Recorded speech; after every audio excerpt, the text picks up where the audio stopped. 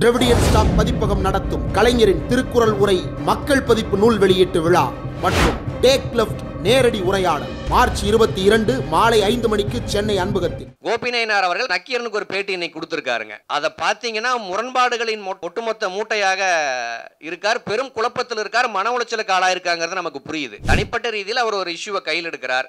அந்த இஷ்யூ அடுத்த கட்டத்துக்கு நகர்த்த முடியலையே அப்படிங்கிற அவருடைய ஆற்றாமை, கோபம், அது எல்லாம் எங்க காமிக்கிறதுன்னு தெரியாம பெரியார் இயக்கத்தை டார்கெட் பண்ணணும், திராவிட இயக்கத்தை டார்கெட் பண்ணணும். அதற்கு மதிவதனி அவர்களை ஒரு எடுத்துக்காட்டாக கொண்டு மதிவதனி அவங்க மக்களுக்காக பேசல, ஆளு வர்க்கத்துக்காக பேசுறாங்க அப்படிங்கிற ஒரு புள்ளியை அவர் டச் பண்றார். திராவிடர் கழகத்துக்காரங்க அந்த வீடியோவை கட் பண்ணி அவங்க கோபிநாயனார் அவர்களை கண்டிச்சிருக்கணும் நியாயப்படி. ஆனா என்ன நடந்துச்சுன்னா, அவர் அப்படி ஒரு பேட்டி கொடுத்தது யாருக்குமே தெரியாது. அந்த பேட்டியை கட் பண்ணி பரப்புனது அதே நீலம் குரூப் தான். அவங்களா கட் பண்ணி திராவிடத்துக்கு சவுக்கடி, பெரியார் இயக்கத்துக்கு சவுக்கடி, இதுதான் இவங்களுடைய முகமுடியை கோபிநாயனார் கிழித்து விட்டார் அப்படின்னு நீலம் குரூப்பு, அப்புறம் அந்த ஷாலின் மரியாளாரன்ஸுங்கிற அவங்க அந்த வீடியோவை எடுத்து பரப்புறாங்க. நீலத்தினுடைய தலைவராக இருக்கக்கூடிய ரஞ்சித் ஒரு 4-5 ஆண்டுகளுக்கு முன்னாடி கேட்டார், ஏங்க ஊர்ச்சேரியில் அம்பேத்கர் சிலை கிடையாது, ஆனா சேரிகள்ல பெரியார் சிலை இருக்கு அப்படின்னு ஒரு குற்றச்சாட்டாக சொன்னார். அவர் என்ன சொல்ல வர்றாருன்னா, இடைநிலை சாதிகளுடைய தலைவரான பெரியாரை நம்ம ஏத்துக்கிட்டோம்ல, அதே மாதிரி அவங்க நம்முடைய தலைவரை ஏத்துக்கணும்ல அப்படிங்கிற இப்படி ஒரு கோமாளித்தனமான வாதத்தை அவர் முன்வைத்தார். நீங்க இந்த நீலத்தினுடைய அரசியல், இந்த ஷாலின் மரியா லாரன்ஸ், இனி ஒரு பெரிய குரூப் இருக்கு, இவர்கள் முற்ற முழுவதுமாக திராவிட இயக்கத்துக்கு எதிராக, பெரியார் இயக்கத்துக்கு எதிராக வேலை செய்யறாங்கன்னு மேலோட்டமா தெரியுது. ஆனா உண்மையில் அண்ணன் திருமாவர்களுடைய அரசியலை அழித்தொழிப்பதான் அவருடைய முதல் வேலை.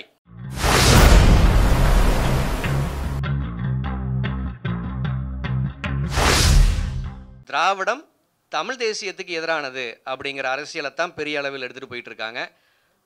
ஆனால் உண்மையில் திராவிடம் என்பது தமிழ் தேசியங்கிற இலக்கை அடைவதற்கான சித்தாந்த வழி அப்படிங்கிறத தொடர்ச்சியாக நாம் பேசிகிட்டு இருக்கோம். நீங்கள் பெரியார் அவர்கள் தன்னுடைய கொள்கைக்கு என்ன பேர் வேணால் வச்சுருக்கலாம், ஆனால் குறிப்பாக திராவிடர் கழகம் அப்படிங்கிற பேரோடு தன்னுடைய இயக்கத்தை துவங்கி அந்த இயக்கத்தின் முதல் விதியாக இந்த இயக்கத்தில் பார்ப்பனர்கள் உறுப்பினராக சேர முடியாது அப்படிங்கிற விதியை பெரியார் வைக்கிறார். இங்கே காரணம், 2000 ஆண்டு காலமாக பார்ப்பனியத்துக்கு எதிராக எத்தனையோ கழகங்கள் இந்த மண்ணில் நிகழ்ந்திருக்கு. அந்த எல்லா கழகக்காரர்களையும் அந்த எல்லா சித்தாந்தங்களையும் பார்ப்பனர்கள் ஒன்று நேரடியாக அழிச்சிருக்காங்க அல்லது ஊடுருவி அந்த சித்தாந்தங்களை அழிச்சிருக்காங்க. உதாரணத்திற்கு பௌத்த மதத்தை பார்ப்பனர்கள் வீழ்த்ததை சொல்லலாம்.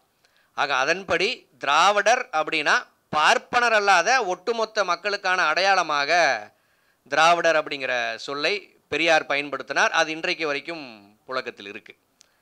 ஆனால் சமீபமாக திராவிடர்னா அது இடைநிலை சாதிகளுடைய பேர், திராவிடர் இயக்கத்தை சார்ந்தவங்க இடைநிலை சாதிகளுடைய பிரதிநிதிகள் அப்படிங்கிற அடிப்படையில் கடந்த 2-3 நாட்களாக ஒரு விவாதமானது துவங்கப்பட்டிருக்கு.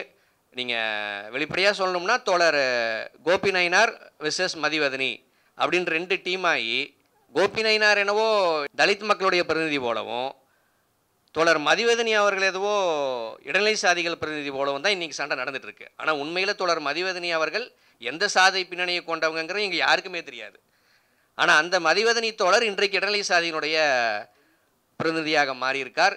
காரணம், நீங்கள் 90களுக்கு பிறகுதான் அம்பேத்கர் அவர்களுடைய புத்தகங்களானது அம்பேத்கர் அவருடைய 100ஆண்டு விழாக்கு பிறகு இங்கே தமிழாக்கம் செய்யப்படுது. ஆக அப்படி தமிழாக்கம் செய்யப்பட்டு அம்பேத்கர் இயக்கங்களை உருவாக்குறதுல ஒரு சிக்கலை பார்க்குறாங்க. ஏன்னா இங்கே இருக்கக்கூடிய எல்லா பார்ப்பனர்களாத மக்கள், அதாவது இடைநிலை சாதிகள், பட்டியலின மக்கள் எல்லோருமே தங்களுடைய விடுதலைக்கான இயக்கமாக பெரியார் இயக்கத்தில் தான் அங்கம் வகித்தாங்க. ஆக அப்படியான சூழலில் தங்களுக்கான ஆட்களை எங்கிருந்து பிடிப்பது அப்படிங்கிற சிக்கலானது வருது. அதுதான் துவக்கம். இன்றைக்கி நடந்துட்டு இருக்கக்கூடிய விவாதத்தினுடைய துவக்கமானது 90களிலேயே வந்துருச்சு. நீங்கள் அப்போது தான் பெரியார் இயக்கமும் திராவிடர் இயக்கமும் இடைநிலை சாதிகளுக்கான பிரதிநிதிகள், அங்கே தலித்துகளுக்கு இடமில்லை, அவர்கள் தலித் விடுதலைக்கு எதிரானவர்கள். இப்போ தமிழ் தேசியங்கிற பேரில் தமிழ் விடுதலைக்கு எதிரானவர்கள் திராவிடர் இயக்கம்னு இன்றைக்கி பேசுகிறாங்க பார்த்தீங்களா சீமானு.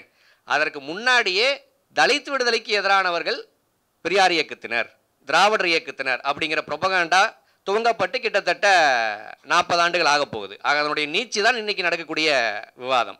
நீங்கள் இப்போது கோபி நயினார் அவர்கள் கடந்த 2-3 நாட்களுக்கு முன்னாடி ஒரு பேட்டி கொடுக்குறார் நீலம் வலையொலிக்கு.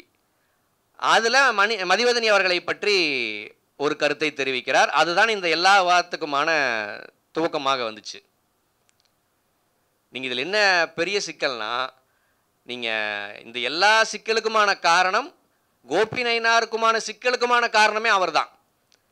ஏன்னா இப்போது நக்கீரனுக்கு ஒரு பேட்டி இன்னைக்கு கொடுத்துருக்காருங்க. அதை பார்த்தீங்கன்னா முரண்பாடுகளின் ஒட்டுமொத்த மூட்டையாக இருக்கார், பெரும் குழப்பத்தில் இருக்கார், மன உளைச்சலுக்கு ஆளாயிருக்காங்கிறது நமக்கு புரியுது. தனிப்பட்ட ரீதியில் அவர் ஒரு இஷ்யூவை கையில் எடுக்கிறார்.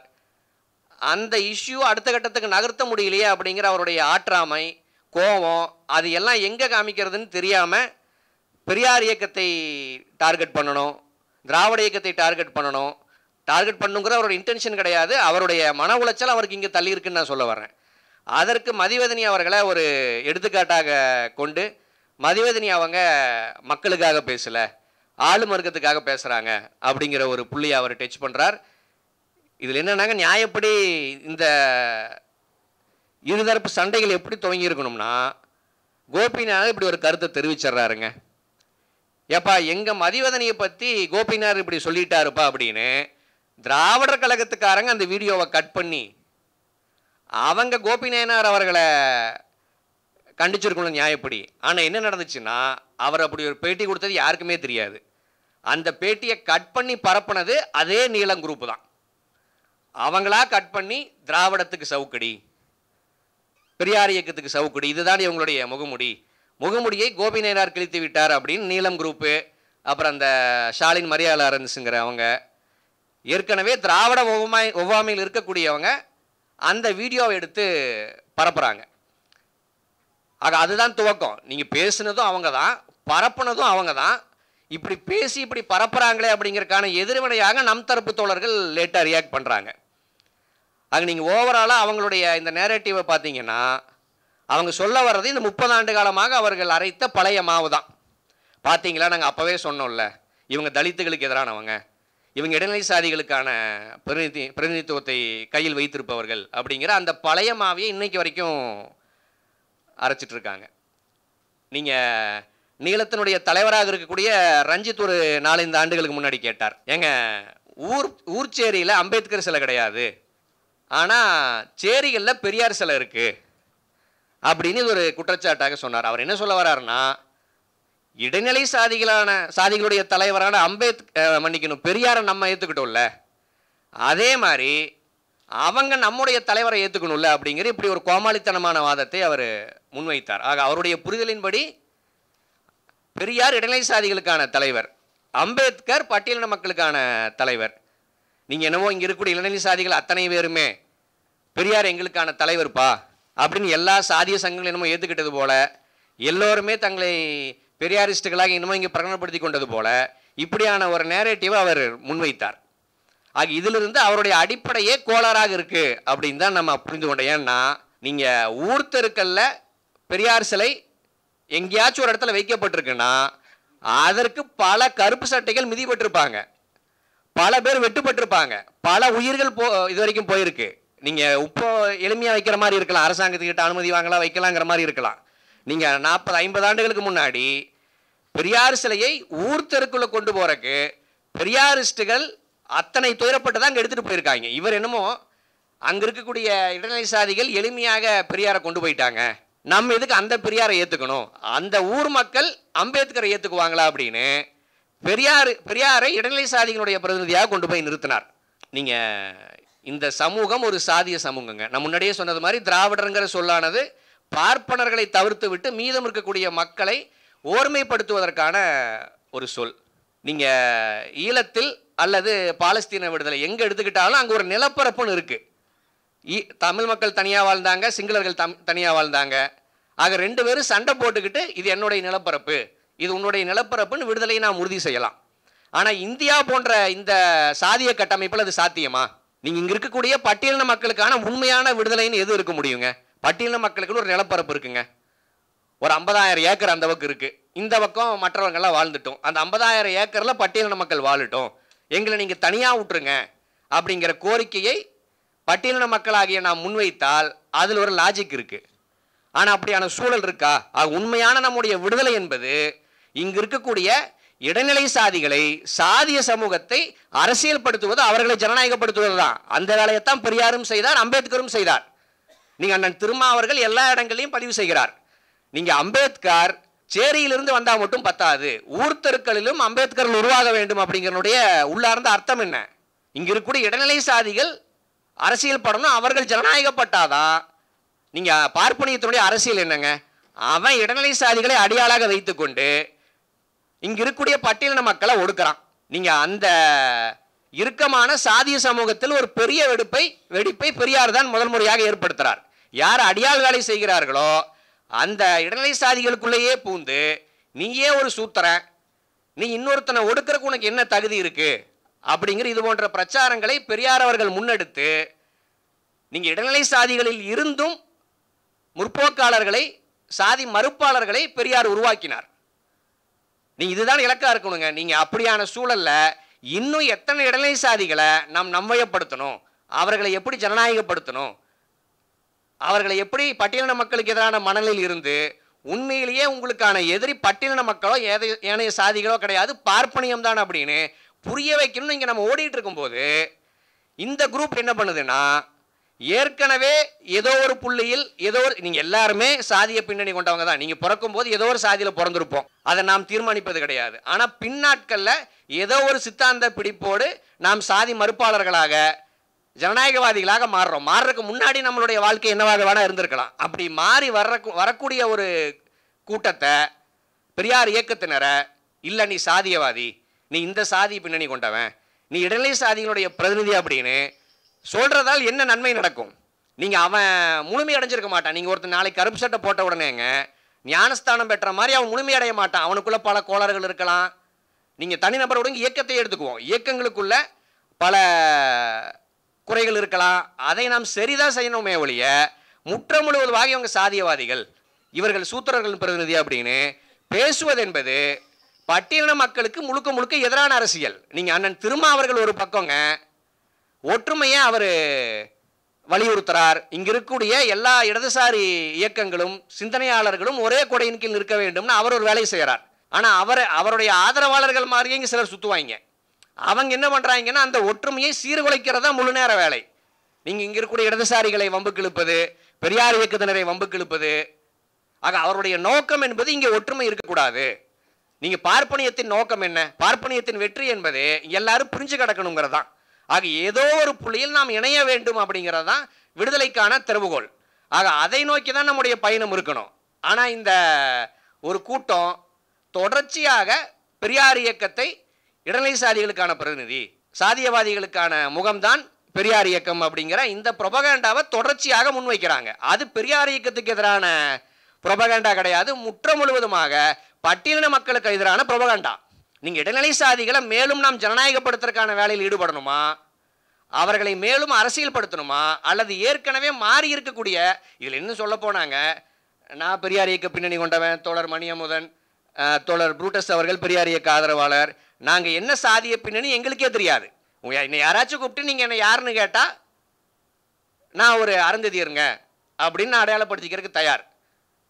ஏன்னா நீங்கள் பெரியாரிஸ்டுகள் சாதி மறுப்பாளர்களாக மாறலாம், ஆனால் பெரியாரிஸ்டுகள் ஒரு பட்டியலின உணர்வோடு வாழ வேண்டும் அப்படிங்கிறது என்னுடைய தனிப்பட்ட புரிதல். ஆக அப்படி தான் நான் என்னை அடையாளப்படுத்திக்கிறேன். அப்படி நான் அடையாளப்படுத்திக்கிட்டாலும் உண்மையை என்னுடைய சாதி என்ன அப்படிங்கிறது தோழர்களுக்கு தெரியாது, ஆனால் 2 பேர்த்துக்கு தெரியும். ஒன்று சீமான் குரூப்புக்கு தெரியும், இன்னொன்று மதிமாறன் போன்ற ஆட்களுக்கு தெரியும். 2 பேருமே குழப்பவாதிகள் தான். அவர் அடுத்த குழப்பவாதிகள் லிஸ்ட்டில் வருவார், அதை விட்டுருவோம். ஆக இப்படி பெரியார் இயக்கத்தினர் நீங்கள் இங்கே பல பெரியாரிஸ்டில் இருக்காங்க, பலரும் கருப்பு சட்டையில் வந்திருக்கீங்க. நீங்கள் பெரியாரிஸ்ட் அப்படின்னு உங்களை உணர்ந்த தருணம் ஒன்று இருக்கும் இல்லைங்களா? அந்த தருணம் எதுவாக இருக்கும்னா, இந்த சாதியெல்லாம் ஒன்றும் பெருமை இல்லை போல, இந்த சாதியெல்லாம் பிரித்ததே பாப்பானாமா, நம்மெல்லாம் ஒரே இனமாமா அப்படிங்கிற அந்த புள்ளி தான் உங்களை பெரியாரிஸ்டாக உணர வச்சுருக்கும். அப்படின்னாக ஒருத்தர் பெரியாரிஸ்டாக மாறுறானாவே அவன் சாதியை தூக்கி போட்டுட்டு வர்றான் தான் அர்த்தம். நீங்கள் அப்படி சாதியை தூக்கி போட்டுட்டு வர்றவனை, இல்லை உன்னுடைய பின்னணி இது, உனக்கு பின்னாடி இப்படி ஒரு ஹிடன் அஜெண்டா இருக்குது, அதனால் நீ இப்படி வேலை செய்கிற அப்படின்னு சொல்வது என்பது பட்டியலின மக்களுக்கு எதிரான அரசியல். இன்னும் வெளிப்படையாக சொல்லணும்னாங்க, நீங்கள் இந்த நீளத்தினுடைய அரசியல், இந்த ஸ்டாலின் மரியா லாரன்ஸு, இனி ஒரு பெரிய குரூப் இருக்குது, இவர்கள் முற்ற முழுவதுமாக திராவிட இயக்கத்துக்கு எதிராக, பெரியார் இயக்கத்துக்கு எதிராக வேலை செய்கிறாங்கன்னு மேலோட்டமாக தெரியுது. ஆனால் உண்மையில் அண்ணன் திருமாவர்களுடைய அரசியலை அழித்தொழிப்பதுதான் அவருடைய முதல் வேலை. அண்ணன் திருமாவர்கள் ஒற்றுமையை போதிக்கிறார், அது நடந்துவிடக்கூடாது அப்படிங்கிற அடிப்படையில் அவருக்கு எதிராகத்தான் இந்த வேலை நடைபெறுகிறது. இதில் விசிகால இருக்கக்கூடிய பலரும் பாவம், அது தெரியாமல் நீங்கள் இந்த கருத்தியலுக்கு ஆதரவாக பலரும் எழுதுவதை நம்மால் பார்க்க முடிகிறது. இந்த கருத்தியல் நம்முடைய அண்ணன் திருமாவர்களுக்கு எதிரான கருத்தியல் அப்படிங்கிறத விசிகா தோழர்கள் தயவு செஞ்சு புரிஞ்சுக்கணும். ஒரு சில விசிகா தோழர், எல்லாரும் இல்லை, ஒரு சில தோழர்கள் விசிகா அடையாளத்தோடு நீங்கள் பெரியார் இயக்கத்தை தாக்குவதை, திராவிட இயக்கத்தை தாக்குவதை ஆதரிக்கிறாங்க. இன்னும் சொல்ல போனாங்க, இன்னைக்கு கோபிநாயனாரே அவர் ஒரு பகடைக்காய் தான், அவர் ஒன்றும் பெரிய ஹிடன் அஜெண்டாலாம் அவர் கிடையாது. அவர் போகிற போக்கில் ஒரு ஆற்றாமையில் பேசிட்டார்.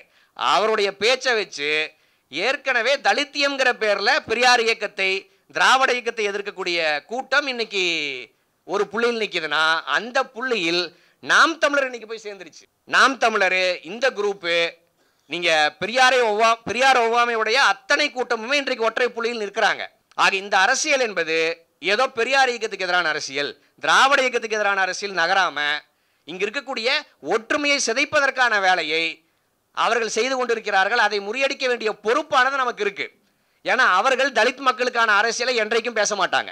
நான் முன்னரே சொன்னது போல தமிழ் தேசியம் வேறு, திராவிட இயக்கம் வேறு கிடையாது. தமிழ் தேசியம் என்பது இலக்கு, அந்த இலக்கை நோக்கி தான் திராவிட இயக்கம் சென்று கொண்டிருந்ததை நான் சொன்னேன் பார்த்தீங்களா. அதே போல தலித்தியமும் திராவிட இயக்கத்துக்கு உட்பட்டது தான். நான் முன்னாடியே சொன்ன மாதிரி ஒருத்தன் பெரியாரிஸ்டாக வர்றான்னா அவன் தன்னுடைய சாதிப்பற்று இல்லாமல் இருக்கலாம், ஆனால் அவன் தலித் மக்களுடைய வழி தெரிந்தவனாகத்தான் இங்கே இருக்க முடியும். அப்படின்னா தலித்தியமும் திராவிட இயக்கத்துக்கு உட்பட்டது தான். நீங்கள் திராவிடர்னா என்னங்க, பார்ப்பனர் அல்லாத எல்லோருக்குமான ஓர்மை தானே. பார்ப்பனர் அல்லாத மக்களுக்குள்ள இங்கே இடைநிலை சாதிகளாக பிறந்தவர்களும் இருக்காங்க, பட்டியலின மக்களும் இருக்காங்க, நீங்கள் மலைவாழ் மக்களும் இருக்காங்க. அத்தனை பேருமே நாம் திராவிடர்கள் தான். ஆக அந்த திராவிடர்களில் மிக முக்கியமான பிரிவாக இருக்கக்கூடிய பட்டியலின மக்களுக்கு எதிரான அரசியலை தொடர்ச்சியாக பட்டியலின மக்கள் ஆதரவுங்கிற பேரில் செய்யக்கூடிய இவர்களை வீழ்த்துவது என்பது வெறுமனே பெரியார் இயக்கத்துக்கு ஆதரவான நகர்வோ திராவிட இயக்கத்துக்கு ஆதரவான நகர்வோ கிடையாது. மிக முக்கியமாக பட்டியலின மக்களுடைய அரசியலை பேணி பாதுகாக்க வேண்டிய நகர்வு. அந்த வேலையை பெரியாரிஸ்டுகளாகிய நாம் நிச்சயம் செய்ய வேண்டும். நீங்க எவ்வளவு அழகா சேர்ந்திருக்காங்க பாருங்க. நேத்து வரைக்கும் தலித் மக்களுக்கு எதிராக சாதியவாதிகளோடு சேர்ந்து சுத்தி கொண்டிருந்த சீமான் கும்பல் இன்னைக்கு பார்த்தீங்களா, நாங்கள் அப்பவே சொன்னல இந்த பெரியாரிஸ்டுகள்லாம் இப்படிதான் அப்படின்ட்டு, இவங்க ஏதோ தலித் ஆதரவாளர்கள் போல இன்னைக்கு கைகு ஊத்துருக்காங்க. அப்படின்னு இந்த அரசியலை ஆதரிக்கக்கூடியவங்க தயவு செஞ்சு புரிஞ்சுக்கோங்க. சீமான் கும்பல் உங்களை ஆதரிக்குது அப்படின்னா நீங்க எடுத்திருப்பது ஒரு தவறான அரசியல் அப்படிங்கிறத நாம் சொல்ல வேண்டியது இருக்கு. இப்போ கூட நமக்கு இவங்க மேலாம் கோவம் வரல. நீங்க சீமான டீல் பண்ற மாதிரி நம்ம இவங்களை டீல் பண்ணல. சீமான டீல் பண்ற மாதிரி நம்ம பேசியிருந்தா இப்படிலாம் நான் பேசிட்டு இருக்க மாட்டேன். இவர்களும் நாளைக்கு சரியான பாதைக்கு வரணும்.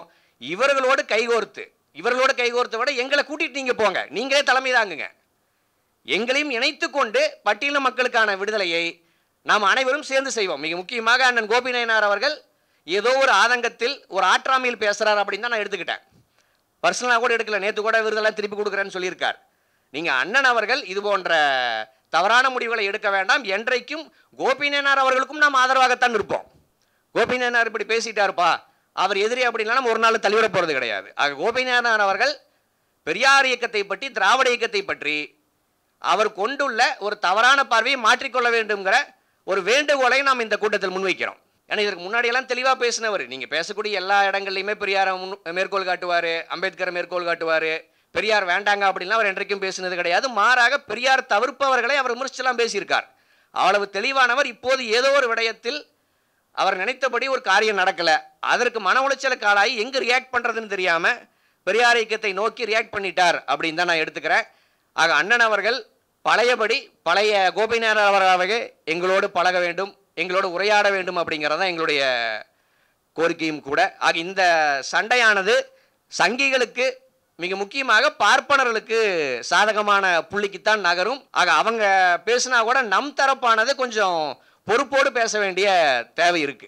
நீங்க அவங்க ஒரு ஹிடன் அஜெண்டா இருக்கு, ஸ்டாலின் மரியா லாரன்ஸ் இன்னும் பிறருக்கு ஒரு அஜெண்டா இருக்கு. அதற்கு நாமும் பலியாகி நாம் திருப்பி தனிப்பட்ட அவர்களை டார்கெட் பண்ணலாம், சண்டை போடலாம், அது வேற.